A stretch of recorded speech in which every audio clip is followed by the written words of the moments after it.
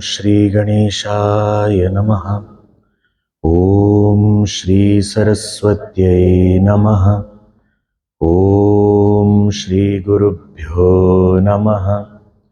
ओम समस्त जन कल्याणे निरतं करुणामयं नमामि चिन्मयं देवं सद्गुरुं ब्रह्मविद्वरम्।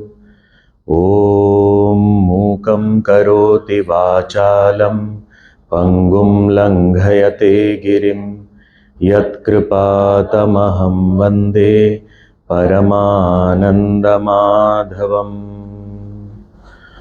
ॐ सच्चिदानन्दरूपाय विश्वोत्पत्त्यादिहेतवे तापत्रयविनाशाय श्रीकृष्णाय वयं नुमः।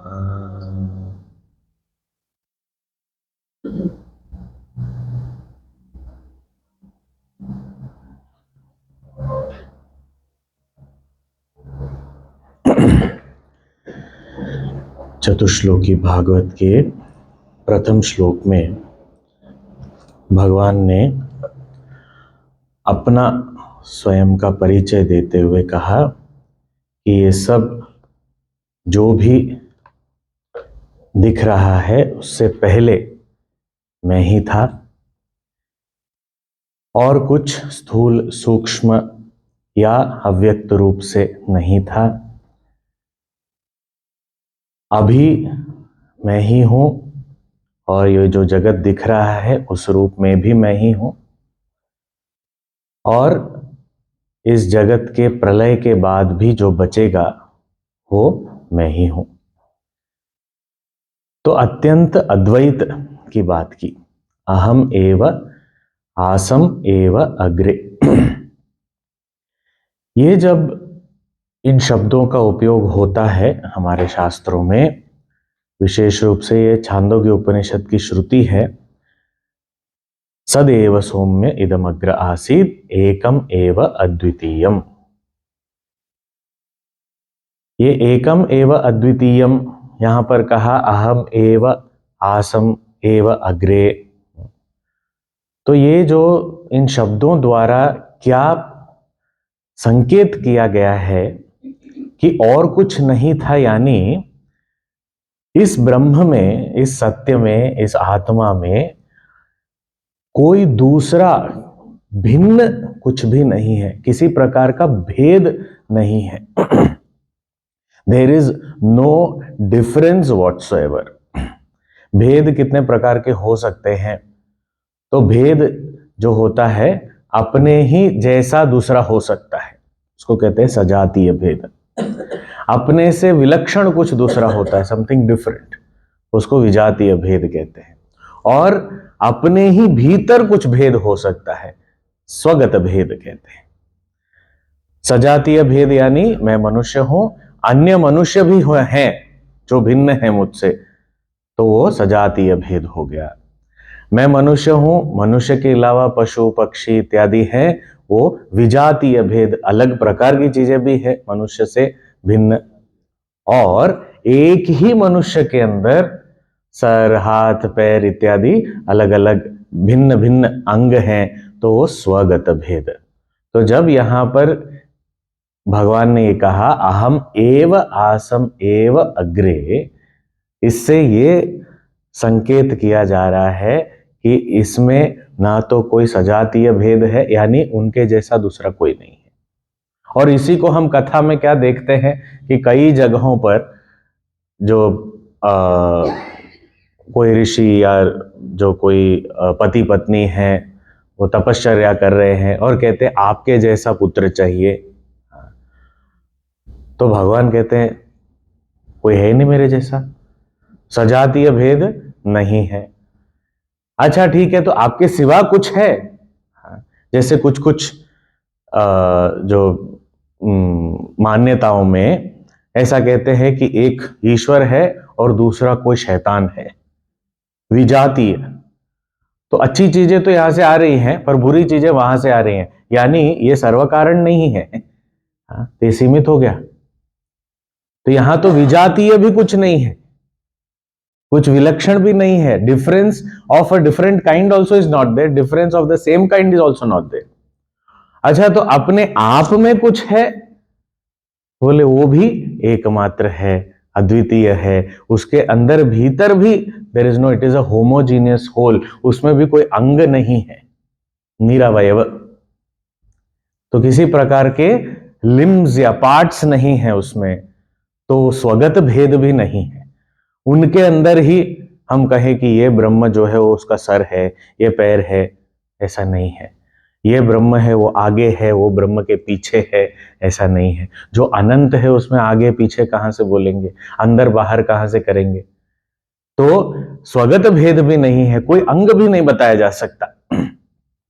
तो सजातीय भेद नहीं है, विजातीय भेद नहीं है, स्वगत भेद नहीं है। इसी को पारिभाषिक शब्द इसके लिए है, टेक्निकल लैंग्वेज में, वेदांत की भाषा में उसे कहते हैं केवल।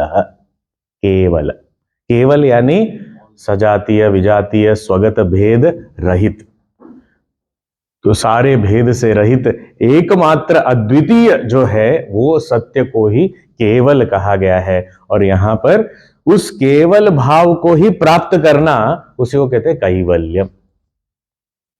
तो इसीलिए जब पूज्य गुरुदेव ने कार्य शुरू किया और स्वामी शिवानंद जी महाराज को पत्र लिख के बताया कि ये कार्य मैंने शुरू किया है, इस प्रकार से चल रहा है, तो शिवानंद जी महाराज का एक बहुत प्रसिद्ध पत्र है जो छपा हुआ भी है हमारे प्रकाशन में। उसमें शिवानंद महाराज ने आशीर्वाद दिया है, कहा है ऐसे ही तुम कार्य करते रहो एंड मे यू अटेन कैवल्य मोक्ष। हाँ, वो कैवल्य मतलब क्या, केवल को पहचान लेना कि मैं ही वो हूं। और केवल को पहचानना यानी सजातीय विजातीय स्वगत भेद रहित एकमेव अद्वितीय वही मैं हूं, ऐसा जान लेना, उसी को कहते हैं कैवल्य। केवल के भाव को जान लेना। तो यहां पर भगवान कह रहे हैं कि मैं ही वो हूं, और मैं ही था, मैं ही हूं, और हमेशा मैं ही रहूंगा। ये बीच में सृष्टि आई और चली गई, और वो भी एक आभास मात्र है। अब कहेंगे कि जो चीज बदलती नहीं है, कोई बदलाव नहीं है, कोई भेद नहीं है उसमें, कोई अंग नहीं है, कुछ भी नहीं है, तो कैसे वो किसी का कारण भी हो सकता है, और कैसे कोई सृष्टि आ भी सकती है। बोले नहीं नहीं, ये वही दिखता है इस रूप में भी, तो कैसे, क्योंकि उसको दिखने के लिए भी कुछ ना कुछ परिवर्तन आना चाहिए, पर ये तो परिवर्तन रहित है। This is so changeless, can not even appear as something else. वो अपीयरेंस के लिए भी कुछ तो चेंज होना पड़ेगा। तो what is the reason for it to appear as the world also. जैसे फॉर एग्जाम्पल हमने जो दृष्टांत देखा कि there is a post and there is a ghost, तो वो एक खंबे पे भूत है। अब उस भूत को देखने का या उस भूत का दिखने का कारण कुछ तो होना चाहिए। क्या खंबा कभी भी भूत बनता है? नहीं। क्या उसका कोई अंग भी भूत बनता है? नहीं। क्या किसी काल क्रम में वो भूत बनता है? नहीं। क्या सभी को वो भूत के रूप में दिखता है? नहीं। किसी किसी को कभी कभी दिखता है। क्या दिन में वो भूत दिखता है? नहीं। अच्छा, तो रात को 8 बजे दिखता है, तो हर रोज 8 बजे आएंगे तो क्या दिखेगा? नहीं। पर फिर भी उसको भूत के रूप में देखता है कोई कोई, और उसके बाद फिर उसको जब तक नहीं पहचानते तब तक समझ में नहीं आता कि वहां भूत नहीं है, वहां केवल एक लैंप पोस्ट है, खंबा है। तो कोई तो कारण होगा जिसकी वजह से वो दिखता भी है। What is it because of which that changeless Brahman appears as this world, even if it is for a few moments? क्यों वो सृष्टि जैसा कैसे दिख सकता है? इसीलिए कई जगहों पर हम प्रयास करते हैं अपने सपने को समझने का। ऐसा सपना क्यों आता है, ऐसा सपना में दिखे तो इसका अर्थ क्या हो गया, उसकी कई, और उसमें हमको बहुत रुचि होती है।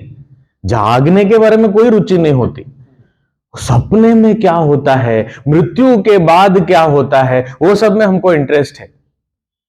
एक जगह गुरुजी ने कहा कि मृत्यु के बाद की चिंता करते हैं, पर मृत्यु से पहले क्या करना है उसकी चिंता करनी चाहिए। पर ये हमारी रुचि इसी प्रकार की होती है कि वो सपने में ऐसा दिखता है, इसका अर्थ क्या हो गया, यानी मेरे मन में क्या है, यानी मेरे भविष्य में क्या है। ये सब हम सोचते रहते हैं। तो इसी प्रकार यहां पर भी कि ये सृष्टि होती है और वो सत्य दिखती है, तो इसका कोई कारण तो होगा, क्योंकि ये जो परिवर्तन रहित ब्रह्म है वो कारण तो बन नहीं सकता, वो तो देख लिया। और इस हद तक कि वो सृष्टि हो ही नहीं सकती, कुछ नया बन ही नहीं सकता, फिर भी ऐसी सृष्टि है जहां पर मैं अपने आप को पाता हूं और अपने से भिन्न चीजों को देख रहा हूं, जहां भेद ही नहीं है वहां भेद दिख रहा है, सजातीय भेद भी दिख रहा है, विजातीय भेद भी दिख रहा है, स्वगत भेद भी दिख रहा है, और ये सब सत्य लग रहा है। तो कोई जबरदस्त कारण होना चाहिए जिसकी वजह से ऐसा सब संभव है, जो है ही नहीं, भेद है ही नहीं, दिख रहा है, उससे भिन्न अलग कुछ और है ही नहीं, दिख रहा है, और वो जो है वो नहीं दिख रहा है। तो क्या कारण है? How is it possible? तो वैसे देखा जाए तो जैसे हमने कल ही देखा कि it is not possible. Creation is an impossibility, संभव ही नहीं है। फिर भी प्रश्न तो उठता है कि यदि संभव ही नहीं है तो कहां से आया? तो असंभव को संभव करने वाला क्या है? तो इसी चीज को बताने के लिए भगवान दूसरा श्लोक बता रहे हैं ब्रह्मा जी को। ये दूसरा श्लोक क्या है हम पढ़ते हैं। ऋतेर्थम यत् प्रतीयेत न प्रतीयेत चात्मनि तद्विद्यादात्मनो मायाम् यथा भासो यथा तमः।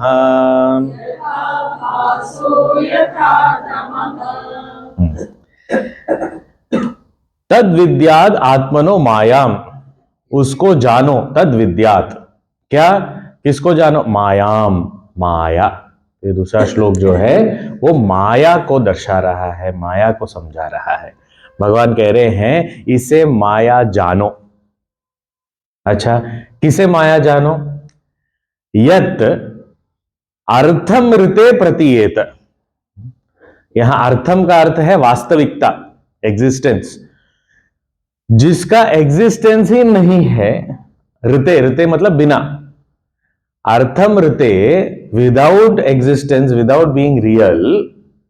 यत प्रतीयेत, जो दिखता है, जिसकी प्रतीति होती है, जिसका अनुभव होता है, that which is experienced in spite of being unreal. जो सत्य न होने के बाद भी दिखता है, और जब दिखता है तो सत्य के रूप में ही दिखता है। और आत्मनि न प्रतीयेत, और जो है स्वयं वो नहीं दिखता है। तो यानी वो शक्ति माया है जो है वो देखने नहीं देती, और जो नहीं है उसको दिखाती है। इसी को माया जानो। तद विद्याद आत्मनो माया। और दृष्टांत दिया, यथा आभासः यथा तमः। तमः यानी अंधकार। जब अंधकार हो जाता है तो जो है चीजें होंगी बहुत सारी कमरे में, कुछ नहीं दिखती। और आभास यानी किसी प्रकार का, जैसे हम रेगिस्तान में चल रहे हैं या हाईवे पे जा रहे हैं और ऊपर से धूप है तो वहां पर जल का आभास होता है, मिराज। तो वो आभास मात्र है, वो नहीं है फिर भी दिख रहा है। तो जो है, यथा तमः कहा, अंधकार में जो है वो नहीं दिखता है। और आभास यानी ऐसे कोई अनुभव होते हैं जहां जो नहीं है वो भी दिखता है। तो जो है उसको ढक देती है और जो नहीं है उसको दिखा देती है, उसी को कहते हैं माया। तो माया की मुख्य दो शक्तियां हो गई। तो कहते हैं उसे आवरण शक्ति और विक्षेप शक्ति। आवरण शक्ति यानी जो है उसको ढक देना, आवृत कर देना, पर्दा डाल देना, व्हीलिंग पावर। और दूसरी है विक्षेप शक्ति यानी प्रोजेक्टिंग पावर, कुछ जो नहीं है वो दिखा देना। और ये समझने के लिए हमें कहीं दूर जाने की आवश्यकता नहीं है, हमारा ही दैनिक जीवन का अनुभव है। विशेष रूप से यदि हम कोई आके हमसे पूछता है यहां जाने का रास्ता बता दो, हमें शायद पता नहीं होगा, पर हम कहेंगे यहां से सीधा जाके राइट में मुड़ जाओ, वहीं कहीं होना चाहिए।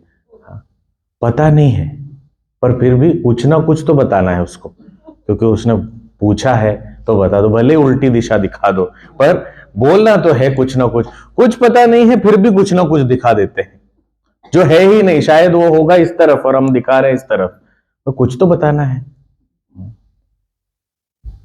किसी को कहा जाए कि ठीक है कोई चीज है जो अभी दिख नहीं रही है, तो चलो बोलो उसमें क्या है,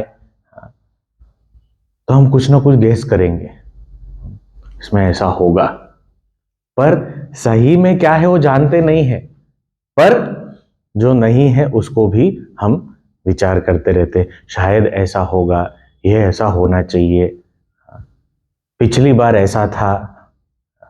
तो अनेक अनुभवों के आधार पर या अपनी बुद्धि के आधार पर कुछ ना कुछ जो नहीं है उसको हम उसकी कल्पना करके उसी को मान बैठते हैं कि यही सत्य है।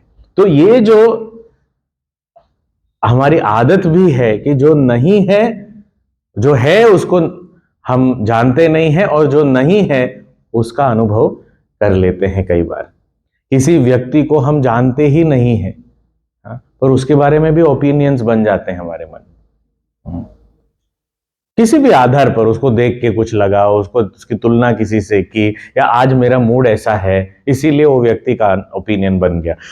मुझे पता ही नहीं उसके बारे में, अज्ञान है, जो है वो नहीं जानता और जो नहीं है वो मैं देखने लगता हूं। और इसी प्रकार कोई आके मेरा, हम कहते हैं ना ब्रेन वॉश किया, वो ब्रेन वॉश भी ऐसे ही होता है, जो असली चीज है उसको ढक दिया और जो नहीं है वो दिखा दिया, वही है। किसी को भड़काना, किसी को इंस्टिगेट करना, ये सब क्या है, यही क्या हो रहा है। इसीलिए ये सब चीजों को भी व्यवहार में माया कहते हैं। ये माया है, ये प्रपंच है, तुम ऐसे ही कुछ दिखा रहे हो जो सही में नहीं है। उसको चीटिंग को भी माया कहते हैं।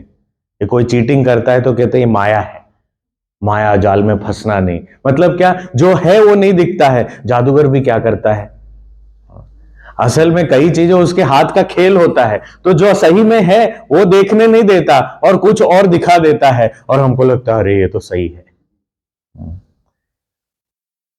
तो जो है नहीं उसको दिखाना, और यही असंभव को संभव कर देना है। ऐसा कैसे हो सकता है? Changeless Brahman, how can it appear as the creation? Maya.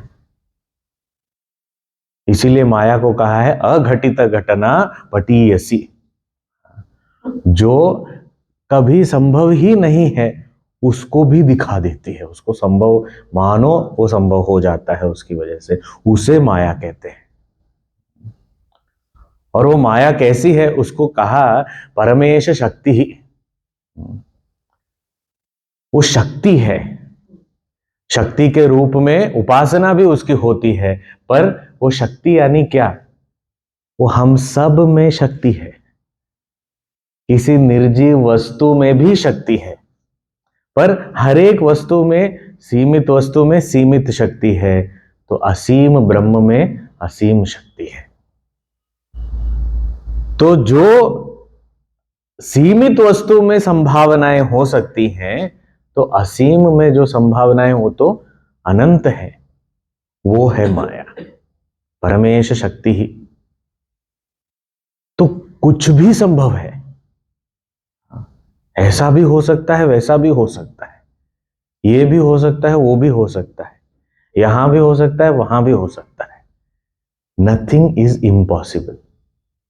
इसीलिए जिन चीजों को हम 10 साल 20 साल पहले मानते थे कि ये संभव ही नहीं है, आज संभव दिख रहा है, अब बहुत नेचुरल लग रहा है।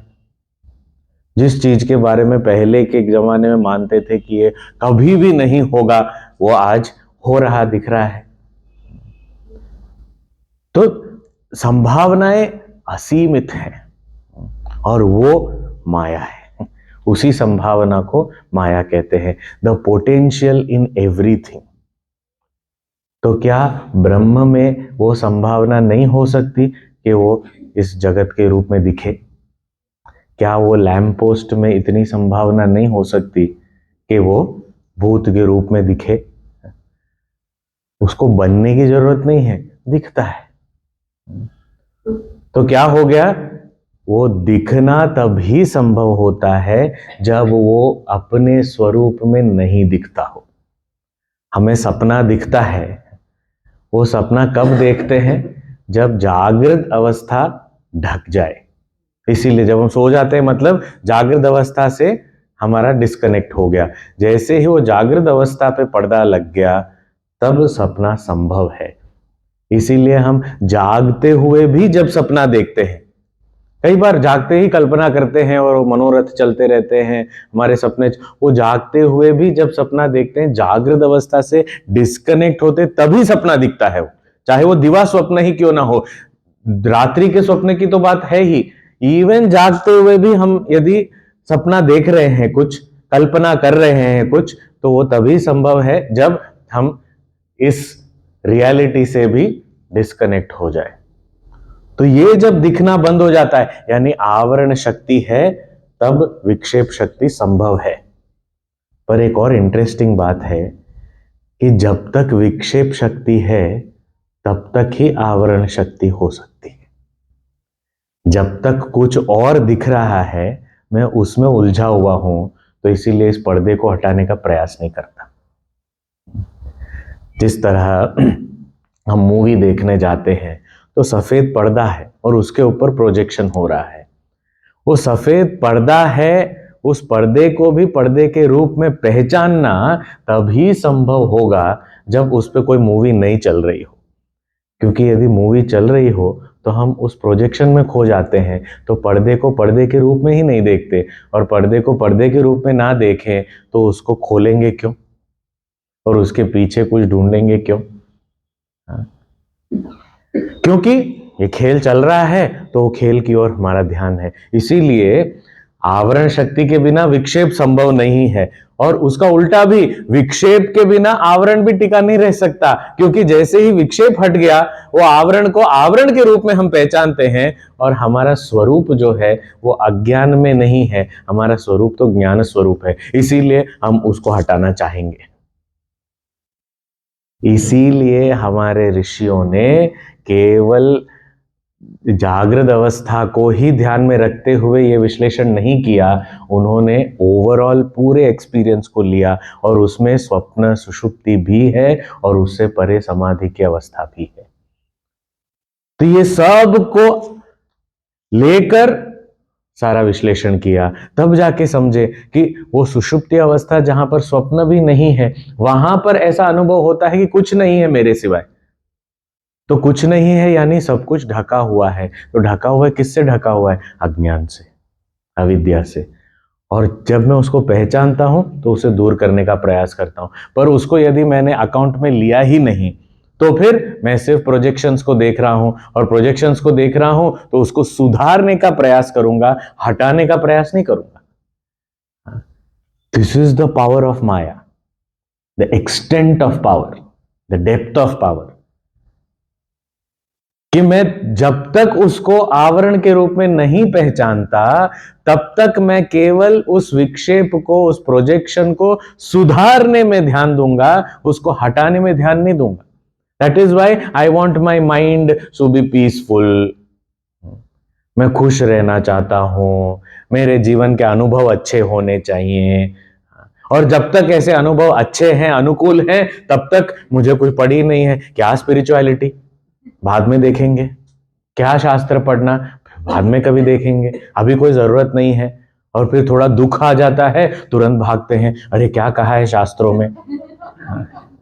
और फिर जब शास्त्रों में कहा, उसको समझा, और समझ के उसको हटाने की बात नहीं है, उससे मन सुधर गया, चलो बस बहुत हो गया, बहुत ज्यादा भी नहीं पढ़ना चाहिए, क्योंकि हो गया, माइंड सेटल हो गया, अच्छा लग रहा है, हो गया बस।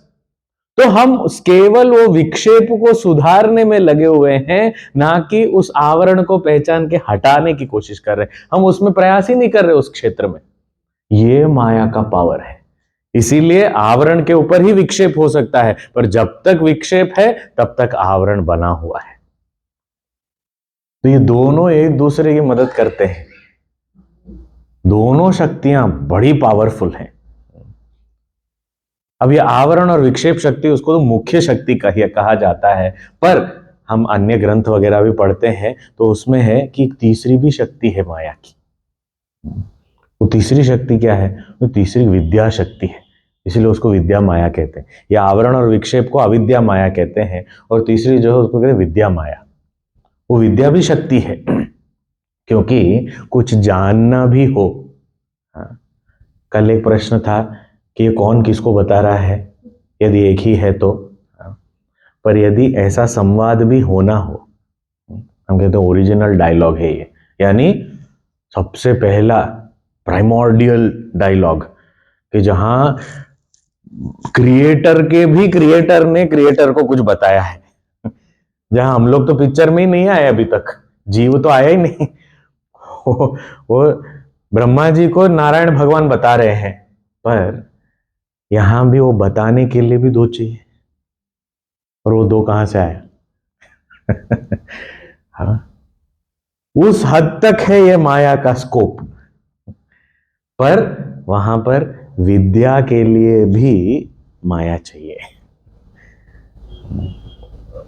अविद्या की वजह से विक्षेप होता है, विक्षेप की वजह से कुछ और प्रोजेक्शन हो रहा है, पर उसमें से उसको हटा के सही चीज क्या है वो जानने के लिए, वो पर्दा हटाने के लिए भी उस माया शक्ति की ही आवश्यकता है, क्योंकि वो भी एक संभावना है कि मैं इसको भी हटा दूं। और जब ये हट जाए फिर पता चला कि दो तो है ही नहीं, एक ही है। और जब दूसरा है ही नहीं तो सारी चीजें, चाहे हम बोले अज्ञान हो या ज्ञान हो, चाहे हम बोले कोई संवाद हो, चाहे गुरु शिष्य का संबंध हो, ये सब कुछ समाप्त हो जाता है। फिर वो उस स्तर में, जैसे शंकराचार्य जी ने कहा, न पुण्यम न पापम न सौख्यम न दुखम, न मे मृत्यु शंका न मे जाति भेद, पिता नैव मे नैव माता न जन्म। ऐसे अवस्था जहां पर मुझे पता चलता है मेरे जैसा कोई है ही नहीं, कुछ और है ही नहीं। जो भगवान ने यहां पहले श्लोक में बताया वही मेरा अनुभव होता है जब ये माया का पर्दा हट जाता है। और वो माया का पर्दा भी कैसे हटेगा? वो भी माया से ही हटेगा। It is the only tool available. हम यदि सपने से जागना चाहते हैं और वो जगाने के लिए मेरी मदद कोई सपने में ही कर सकता है, किसी भी रूप से कर सकता है। कोई डरावनी चीज भी आ सकती है और जाग गया, ठीक है, वो भी है। या मुझे सपने में गुरु ने उपदेश किया और बताया कि जाग जाओ, जाग गए। कुछ भी हो सकता है, वहां से गिरे और जाग गए, पानी गिरा जाग गए। तो सपने के अंदर ही कुछ होता है जिसकी वजह से जाग जाते हैं। तो it is the possibility is there within that only. इसीलिए ये जो शुरुआत में हमने देखा था कि ब्रह्मा जी, वो सिग्निफिकेंस उसका यही है कि ब्रह्मा जी पहले डिस्टर्ब हुए थे आवाज से, उसके बाद उसी पे ध्यान दिया उन्होंने। क्यों? क्योंकि प्रॉब्लम जहां है सॉल्यूशन भी वही है, और कहीं ढूंढ नहीं सकते उसको। यहां प्रॉब्लम है और सॉल्यूशन कहीं और ढूंढने जाएं वो प्रैक्टिकल नहीं होगा। इसीलिए भगवत गीता में भी अर्जुन का प्रॉब्लम युद्ध भूमि में था, तो उसका सॉल्यूशन भी युद्ध भूमि में ही दिया गया, ना कि ये कहा कि चलो हम जंगल में कहीं चलते हैं वहां जाके बैठ के बात करेंगे। नहीं, where the problem is there the solution is, वहीं पर है। तो माया यदि प्रॉब्लम के रूप में दिख रही है तो सॉल्यूशन भी उसी में है। इसीलिए बहुत सुंदर दृष्टांत यदि उसमें देखें तो जो ताला और चाबी होती है, तो उसको ताले को बंद करने के लिए हम चाबी घुमाते हैं, और उसको खोलने के लिए भी वही चाबी उसी ताले में उसी जगह घुमानी होती है, केवल उसका डायरेक्शन बदलना है बस। नहीं तो वही जगह पे वही चाबी घुसानी है, पर इस तरफ घुमाएंगे तो लॉक हो गया, इस तरफ घुमाएंगे तो अनलॉक हो गया। तो खोलने के लिए वहीं पर, यानी सॉल्यूशन वहीं पर है। इसीलिए ये माया को त्रिगुणात्मिका कहा है। त्रिगुणात्मिका, त्रिगुणात्मिका का अर्थ, त्रिगुण यानी क्या है हम जानते हैं, गुण, सत्वगुण, रजोगुण, तमोगुण, 3 गुण। त्रिगुणात्मिका का अर्थ ये नहीं है कि जिसमें 3 गुण हैं वो नहीं है। त्रिगुणात्मिका का अर्थ है ये 3 गुण ही माया है। सत्वगुण प्लस रजोगुण प्लस तमोगुण इज इक्वल टू माया। ये नहीं है कि माया में सत्वगुण, रजोगुण, तमोगुण है, ऐसा नहीं है। माया ही सत्वगुण, रजोगुण, तमोगुण है, उसको कहते हैं त्रिगुणात्मिका। जैसे रस्सी होती है वो 3 चीजों से बनती है, जैसे चोटी भी बनाते हैं तो 3 प्लेट्स 3 चीजों से बनती है, ऐसे ये 3 गुणों से बनी हुई, उसी को माया कहते हैं। माया की रस्सी भी ऐसी बनी है, सत्वगुण, रजोगुण, तमोगुण। ये जो आवरण शक्ति है वो तमोगुण की अभिव्यक्ति है। विक्षेप शक्ति है वो रजोगुण की अभिव्यक्ति है, और ये जो विद्या शक्ति है वो सत्वगुण की अभिव्यक्ति। तो तीनों उसी में है, पर हम उनको गुण के रूप में पहचान नहीं पाते। इसीलिए माया को कहा कार्यानुमेया, उसके कार्य, उसकी अभिव्यक्ति से उसका अनुमान लगाया जाता है। तो उसका कार्य क्या है? जैसे ही हमने आवरण देखा, अज्ञान देखा, यानी तमोगुण, तो हम पहचानते कैसे हैं? तमोगुण को कोई देख नहीं सकता, उसको पहचान नहीं सकता। क्यों? क्योंकि वो तो अव्यक्त है। पर उसका इफेक्ट अविद्या के रूप में दिखे तो, अज्ञान के रूप में दिखे तो पहचानते हैं। और उसका फर्दर इफेक्ट किस रूप में दिखता है? तो हमारे निद्रा, आलस्य, प्रमाद, ये सब जो हैं, ये सब दिखते हैं हमारे जीवन में। तो ये तमोगुण का इफेक्ट है। वो इफेक्ट से उसको इन्फर करना, उसको कहते हैं कार्य से अनुमान लगाना, कार्यानुमेया माया। उसी प्रकार रजोगुण विक्षेप, कुछ और जो नहीं है वो दिख रहा है, उसको देख रहे हैं हम, तो वो विक्षेप रजोगुण का इफेक्ट है।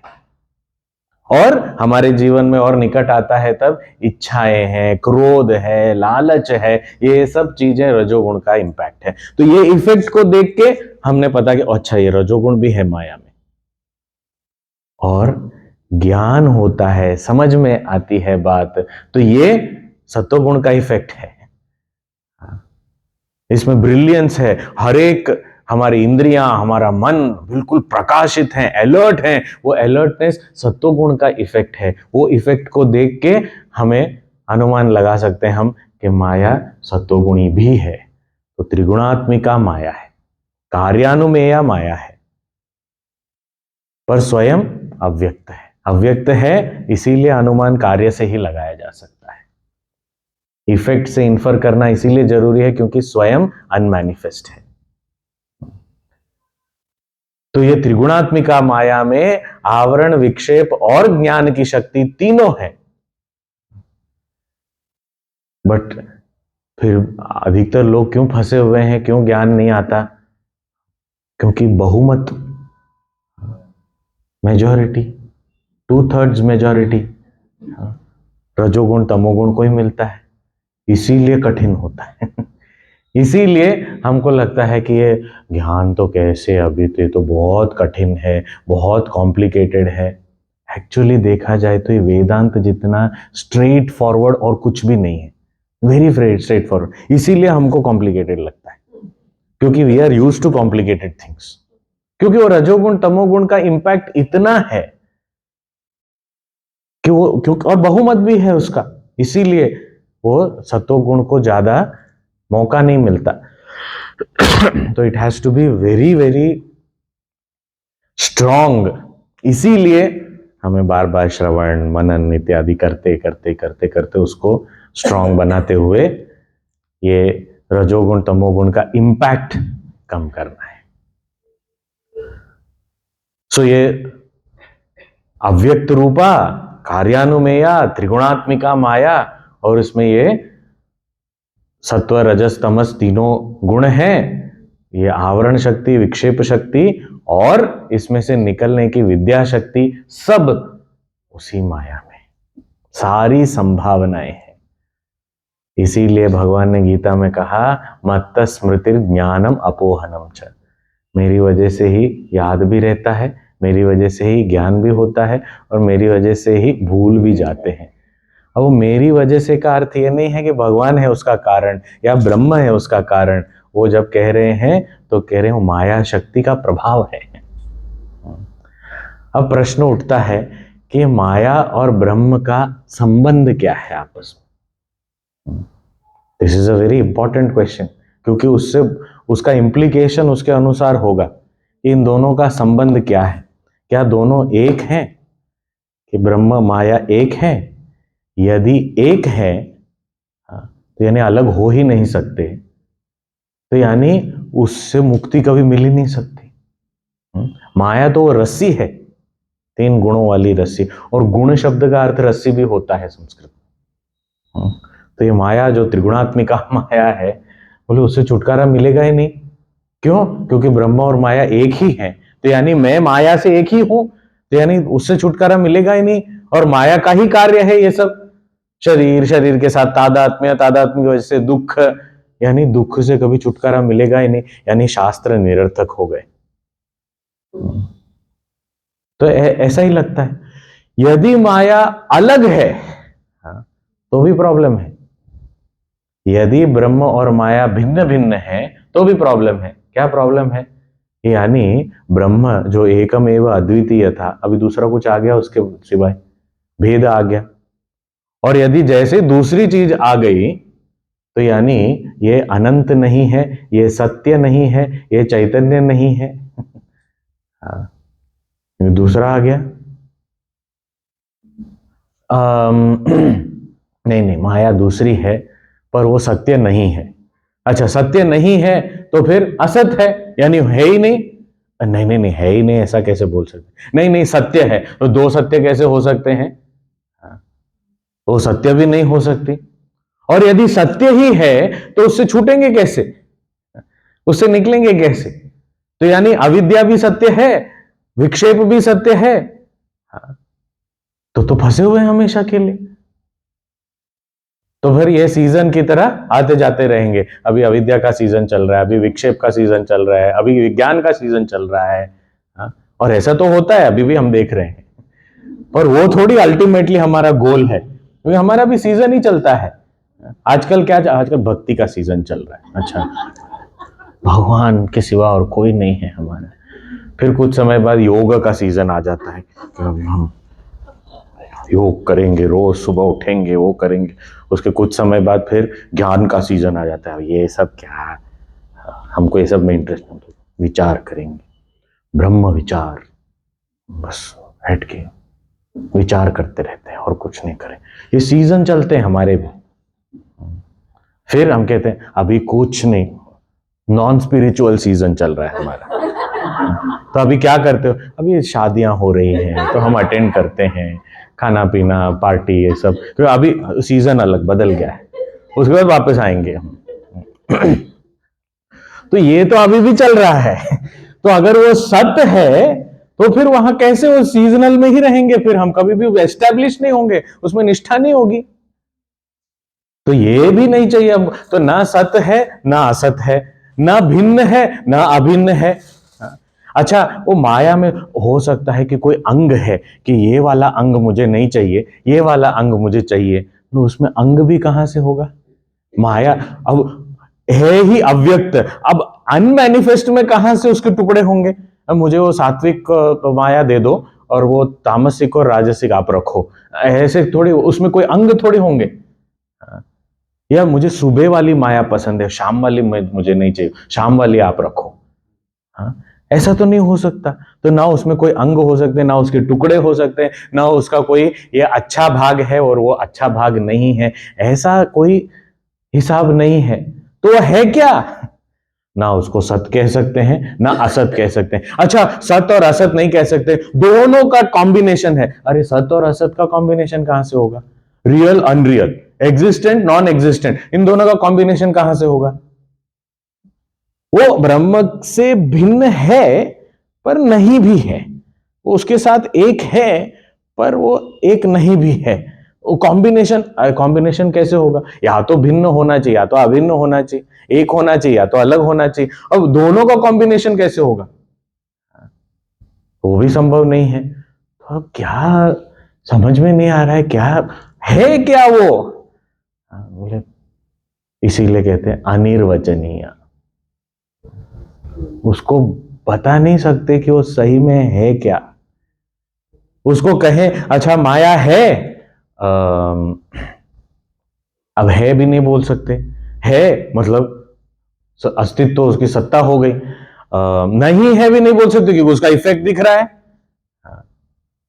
तो है या नहीं है नहीं बोल सकते। सदसद्भ्याम अनिर्वचनीय, तो उसको डिस्क्राइब नहीं कर सकते, निश्चित रूप से उसको दर्शा नहीं सकते, उसका संकेत नहीं कर सकते, उसको डिफाइन नहीं कर सकते। वो सत है कि असत है, ब्रह्म के साथ एक है कि अलग है, इसको निश्चित रूप से नहीं कहा जा सकता। इसीलिए उसे अनिर्वचनीय ख्याति दी है। मतलब उसका नाम, उसको ऐसे ही जानते हैं कि उसको बहुत ज्यादा उसको एनालिसिस मत करो। शंकराचार्य जी कहते हैं इसके एनालिसिस में मत फंसो, ब्रह्म को जान लो। तो फिर कुछ तो रिलेशनशिप होना चाहिए, उसका रिलेशनशिप है क्या? तो रिलेशनशिप क्या है? तो कहते हैं एक अधिष्ठान है और उस पर आश्रित शक्ति है। और ये कोई हमें कोई कल्पना करने की जरूरत नहीं है या शास्त्र पढ़ने की जरूरत नहीं है, हम सब का अनुभव है। हमारी भी शक्तियां हैं, हमारी भी है शक्ति, हमारी देखने की शक्ति है, बोलने की शक्ति है, सुनने की शक्ति है, चलने की शक्ति है, कितनी सारी शक्तियां हैं। अच्छा, ये शक्ति हमसे अलग है तो हमारे साथ एक है? यदि हमारे साथ एक है तो हमें कॉन्स्टेंटली चलते रहना होगा, बोलते रहना होगा, देखते रहना होगा। एक, हाँ नहीं नहीं नहीं ठीक है, एक नहीं, एक नहीं, अलग है। अच्छा अलग है मतलब, अच्छा आज आज आप जरा बोलिए, वो शक्ति कबर्ड में रह गई, क्या करें, वो जल्दी जल्दी में दूसरा बैग उठा के लेके आया, तो आज सुनने की शक्ति नहीं लाया मैं, तो अभी आई कांट हियर, सॉरी। तो अलग भी नहीं है, क्योंकि किसी भी शक्ति को इंडिपेंडेंटली एग्जिस्ट होने के लिए उसकी संभावना ही नहीं है। शक्ति ऐसे इंडिपेंडेंटली, ये गाने की शक्ति है, थोड़ा आप ले लीजिए और गाइए। फिर मैंने गा लिया, अभी ये आप मेरे गाने की शक्ति ले लो, अभी पास कर दो आप आगे, एक एक करके सब लोग गाने की शक्ति लो और गाओ और फिर पास करो। ऐसे थोड़ी, ऐसा होता हो तो कितना अच्छा। तो हम तो कहेंगे कि ये वेदांत समझने की शक्ति दे दो हमको और पास करते रहेंगे हम बार बार। वो भी तो नहीं, वो अलग स्वतंत्र रूप से उसका अस्तित्व हो भी नहीं सकता। अच्छा, वो शक्ति सत्य है यानी इम्पेरिशेबल, हमेशा है वो, ऐसा भी नहीं कह सकते, और नहीं है ऐसा भी नहीं कह सकते। हाँ?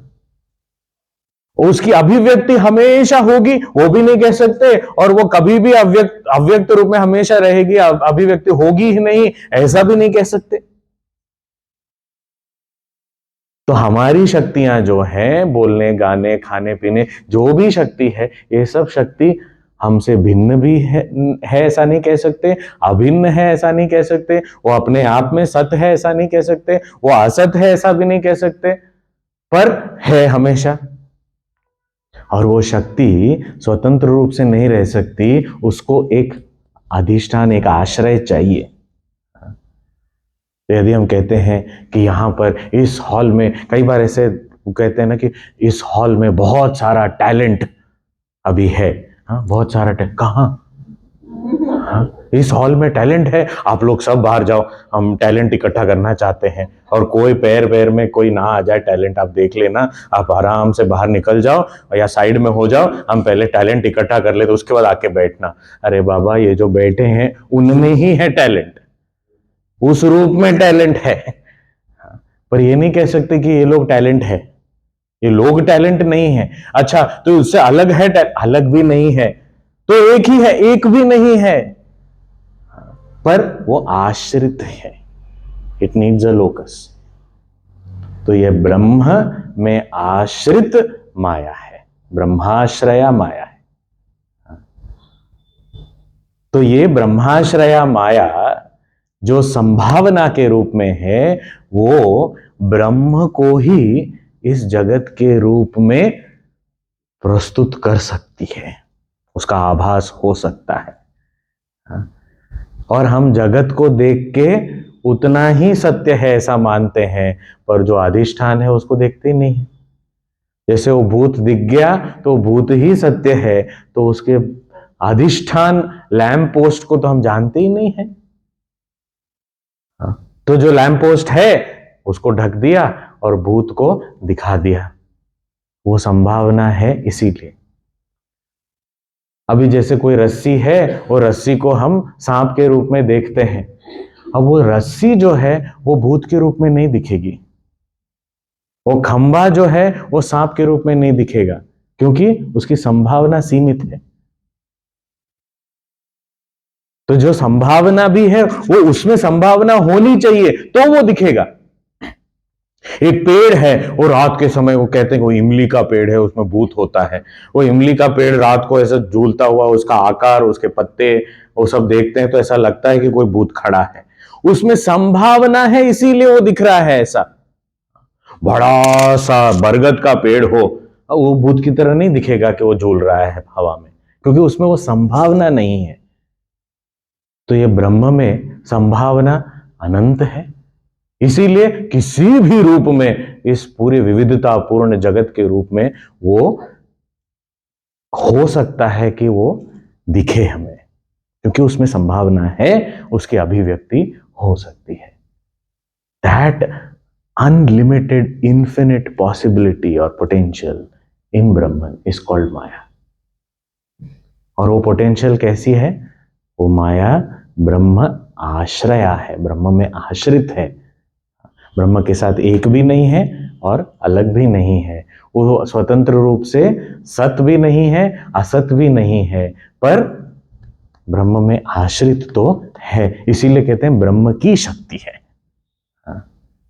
पर अब ब्रह्म की शक्ति बोलना भी टेक्निकली गलत होगा, क्योंकि ब्रह्म तो वो है जिसमें कोई परिवर्तन है ही नहीं, तो उसकी शक्ति कहां से आ गई? और वो जो एकम एवं अद्वितीय है, तो उसकी शक्ति करके हम दूसरी एंटिटी को कहां से हम जन्म देंगे? इसीलिए टेक्निकली कहा जाता है कि वो ईश्वर की शक्ति है, परमेश शक्ति ही। क्यों? क्योंकि ईश्वर क्या है? वही ब्रह्म। माया के संदर्भ में, रेफरेंस में उसको हम ईश्वर कहते हैं, नाम सिर्फ चेंज किया है। तो माया का रेफरेंस होता है तो उसको ईश्वर कहते हैं। गाने की शक्ति के साथ रेफरेंस लेके यदि एक व्यक्ति को कहें तो वो गायक हो जाता है, सिंगर हो जाता है। वो सिंगर हमेशा के लिए नहीं कहते उसको, केवल सिंगिंग एबिलिटी को लेकर के हम उसको सिंगर कहते हैं, नहीं तो वो मनुष्य है। वो बच्चे के संदर्भ में उसको माँ या पिता कहते हैं, पर वो बच्चे का संदर्भ नहीं हो तो या पुरुष या स्त्री है, बस उसमें कोई रिलेशनशिप कुछ होना चाहिए, कोई रेफरेंस पॉइंट होना चाहिए। तो माया के रेफरेंस पॉइंट में देखा जाए तो उसको ईश्वर कहते हैं, और रेफरेंस के बिना उसको कहा जाए तो ब्रह्म कहते हैं। तो इसीलिए कहते हैं ईश्वर की शक्ति, परमेश शक्ति ही ऐसा कहा जाता है, क्योंकि रेफरेंस पॉइंट है। नहीं हो तो ब्रह्म है, और ब्रह्म है यानी रेफरेंस पॉइंट है ही नहीं, तो ब्रह्म की शक्ति, ऐसा एक्सप्रेशन हमको नहीं मिलता है यूजुअली। पर वो ईश्वर की शक्ति कहना भी वही है, ब्रह्माश्रया माया है, और उस माया के संदर्भ में उसको ईश्वर कहा। और उसमें जो संभावना है, इसीलिए जगत की उत्पत्ति दिख रही है, और इसीलिए जगत के संबंध में माया क्या है? जगत के संबंध में जगत का कारण है। तो जगत के संबंध में यया जगत सर्वमिदं प्रसूयते, जिसकी वजह से ये सारा जगत उत्पन्न होता है।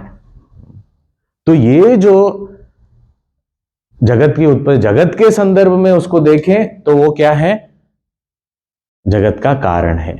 अच्छा, माया के अपने स्टैंड पॉइंट से देखें, स्वयं के स्टैंड पॉइंट से, तो अनिर्वचनीय है, कुछ कहा नहीं जा सकता। We can't certainly say what it is, independently existent, non existent, different from Brahman, same as Brahman, ये सब कुछ भी नहीं कह सकते। अनिर्वचनीय, इनडिस्क्राइबेबल। तो जगत के स्टैंड पॉइंट से कारण है, अपने ही स्टैंड पॉइंट से अनिर्वचनीय है। अच्छा, ब्रह्म के स्टैंड पॉइंट से, जैसे ही ब्रह्म का स्टैंड पॉइंट आता है तो माया है ही नहीं। शुद्धाद्वय ब्रह्म विबोध नाश्य, जब अद्वय ब्रह्म का ज्ञान हो जाता है तो है ही नहीं। जैसे जैसे ही वो खंबे का ज्ञान हो गया तो भूत है ही नहीं। नहीं तो वो भूत का कारण क्या है?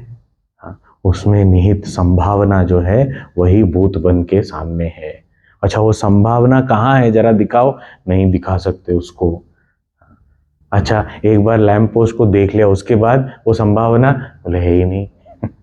अब नहीं दिखेगी वो। अभी वो खंबा कभी भी भूत के रूप में दिख नहीं सकता। क्यों? क्योंकि मैंने खंबे को पहचान लिया। उसको जानने के बाद वो संभावना ही गायब हो जाती है, माया ही गायब हो जाती है। ऐसा अन्य शास्त्रों में है कि वो माया जो है अपना बोरिया बिस्तरा बांध के निकल जाते, हो गया। अब नाउ फॉर दिस पर्सन मेरा स्कोप नहीं है, अभी मेरे रेंज से बाहर चला गया। वो भी कैसे गया? वो विद्या माया से ही। वो मार्ग तो वही है। यदि हम कमरे में आए हैं किसी द्वार से, निकलना भी द्वार से ही पड़ेगा। वो चाहे दूसरा दरवाजा हो, पर वो दरवाजा वो कमरे का ही अंग है, पर वहीं से निकलना होगा। तो ऐसे ही ये आवरण विक्षेप और विद्यारूप त्रिगुणात्मिका माया, इसीलिए कहा जो है ही नहीं उसको प्रकट कर दिया और जो है उसको ढक दिया। न प्रतीयेत च आत्मनि। और यहां पर सीधा सीधा क्या है और क्या नहीं है। तो क्या है? आत्मा, मैं। उसको मैं नहीं जानता, और उसके सिवा बहुत ज्ञान है मेरे पास, मल्टीपल पीएचडीज भी होगा मेरे पास।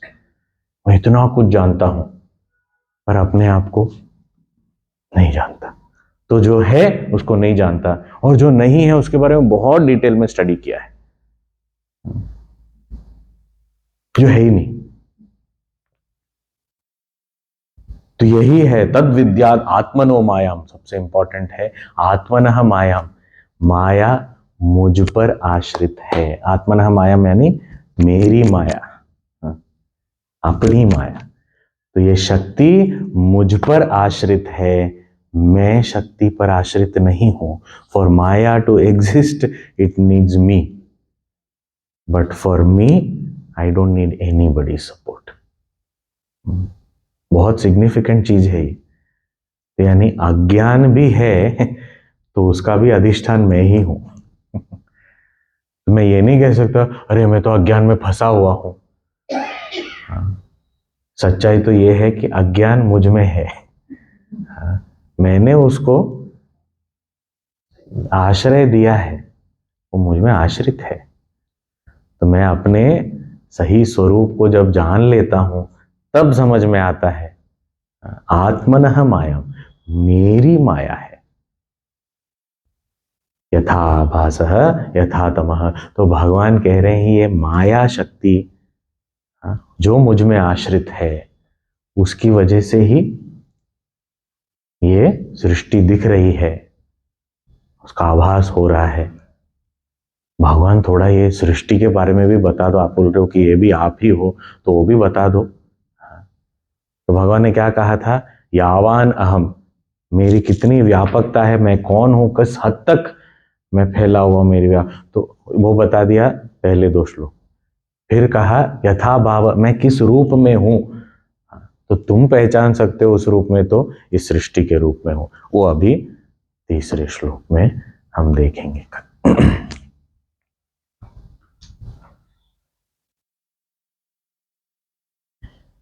ॐ पूर्णमदः पूर्णमिदं पूर्णात् पूर्णमुदच्यते पूर्णस्य पूर्णमादाय पूर्णमेवावशिष्यते।